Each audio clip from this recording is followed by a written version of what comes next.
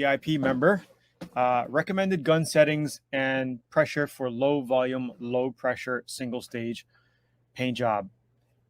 Actually, we just posted a video of this in our free members area at learnautobodyandpaint.com when we were painting the Good Van project. So single stage paint jobs can be sprayed anywhere from 22 to 25 pounds trigger pulled with a low volume, low pressure spray gun.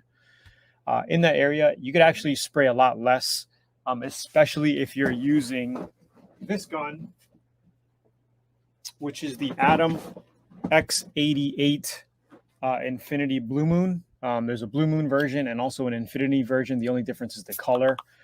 But this, I've sprayed single stage at 18 pounds, and it atomizes really, really nice.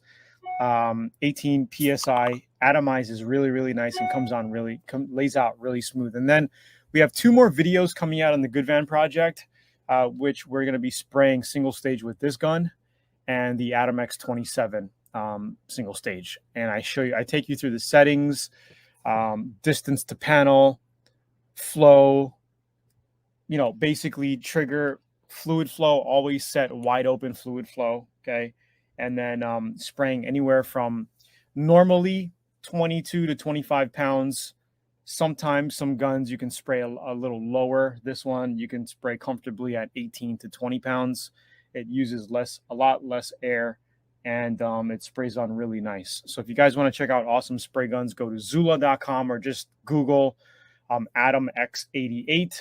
They sell them online, and they also come with a free Gun Bud Ultra lighting system, which basically lights up all of your panels while you're painting. So I've actually tested this out, and you can spray in total darkness. I sprayed a car, pretty much a half of a car, complete half of a car touch-up paint job in a completely pitch black garage with just the Gun Bud Ultra lighting system and no issues whatsoever. Sprayed fantastic. So and these are universal. You could basically get this on Amazon or eBay. They fit on any spray gun, gravity feed, any cup size. Is a universal CLB ultra lighting system, Gun Bud.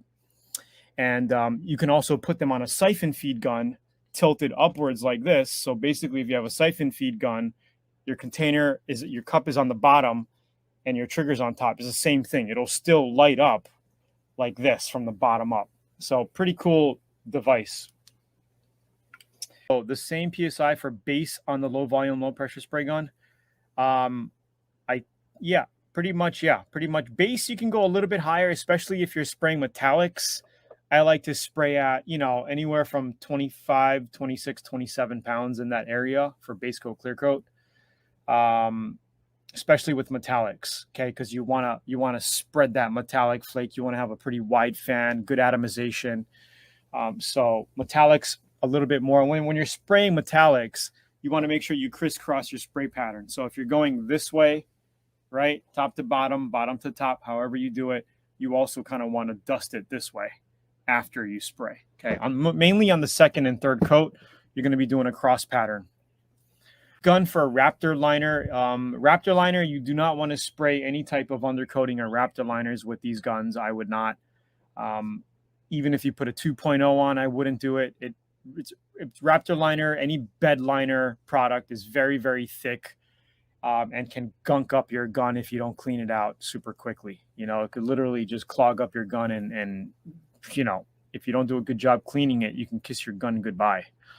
And it is what it is. But if you order Raptor Liner, guys, it comes with a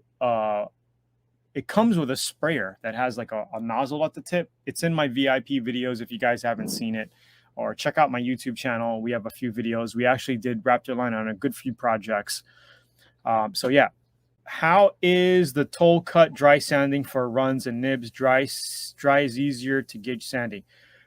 Yeah, dry sanding is great. Dry sanding is easy to see if you're cutting for orange peel, because you could literally see what you're cutting. And when you wipe the dust away, you could easily see. So I like dry sanding, for orange peel and also runs. but I like to always finish wet sanding. So after my dry sand, like say I'm dry sanding with 1500, then I go to 2000. I would like to wet sand it with 2000 after the fact, and then maybe go to 2500, 3000 if it's a darker color, and then do my buffing. So yeah, is best to spray higher PSI. Yeah, little higher. You know, pearl not really, because it's a really pearlescent and it's very fine. 25 PSI is the average gate, you know, range that you want to be spraying at. 24 to 26. It's not a huge difference. With bigger flake, bigger metallic, I like to go 26 pounds, 27 pounds. A little, you know, up it up a little bit, just to give you a better atomization and blowout of the flake, you know. Good. Black Escalade went from manual pressure gauge to digital off Amazon, was just junk. What kind of pressure regulator do you recommend? Well, I am using a digital air regulator at the moment. They sell them at Zula.com. So if you want to check out this site,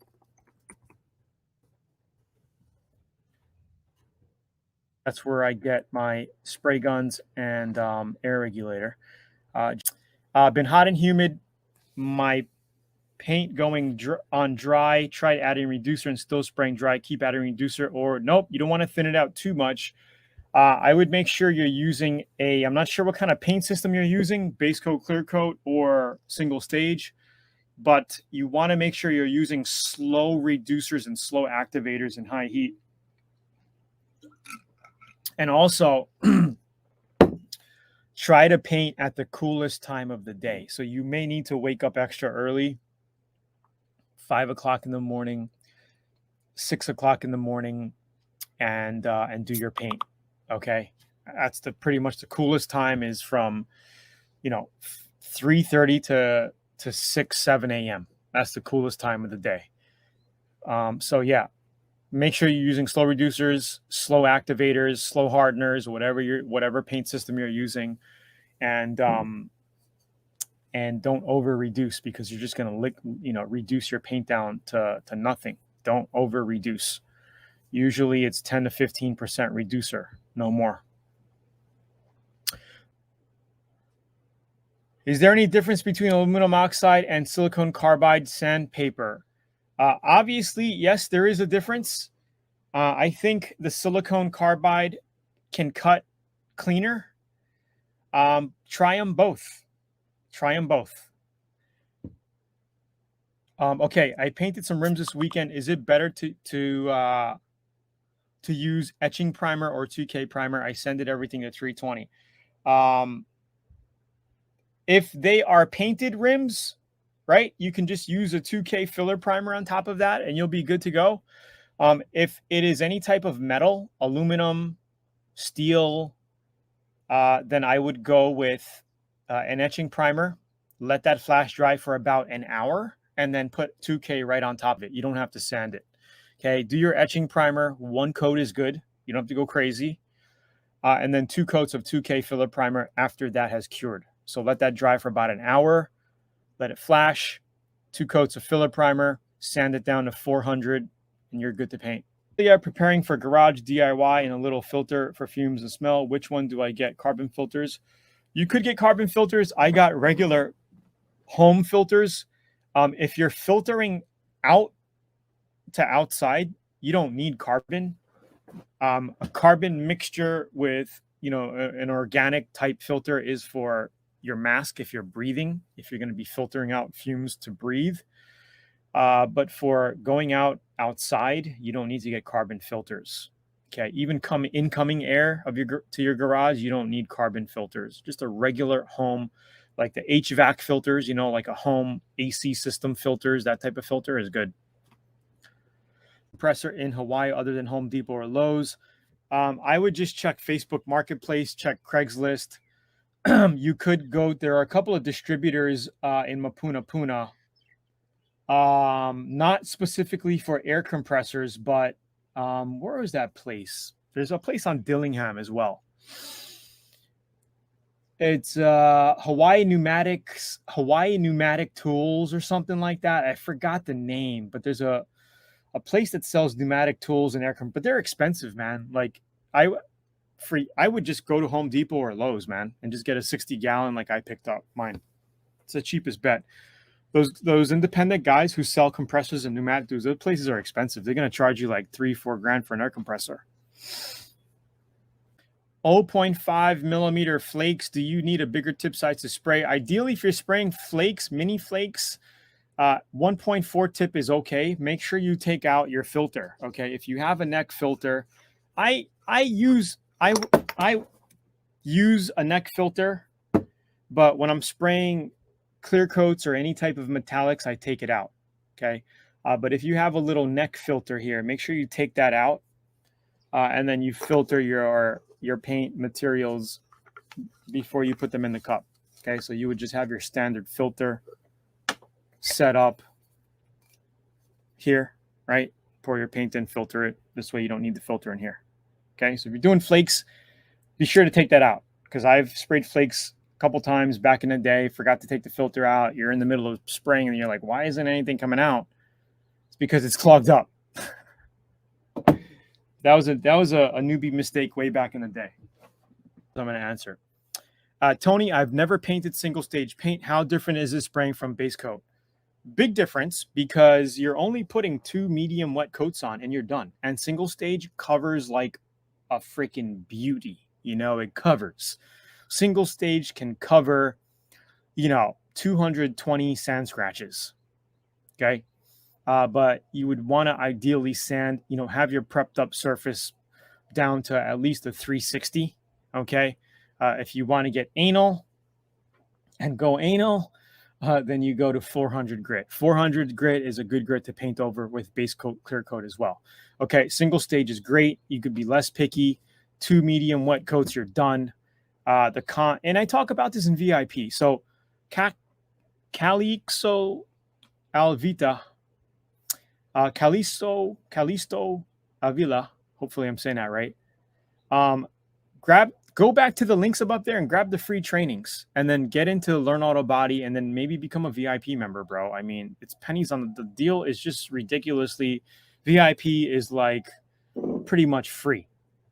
It's literally nothing. It just helps me. That little investment just helps me pay for my team that manages the website, that makes sure it's up and running and all that other stuff.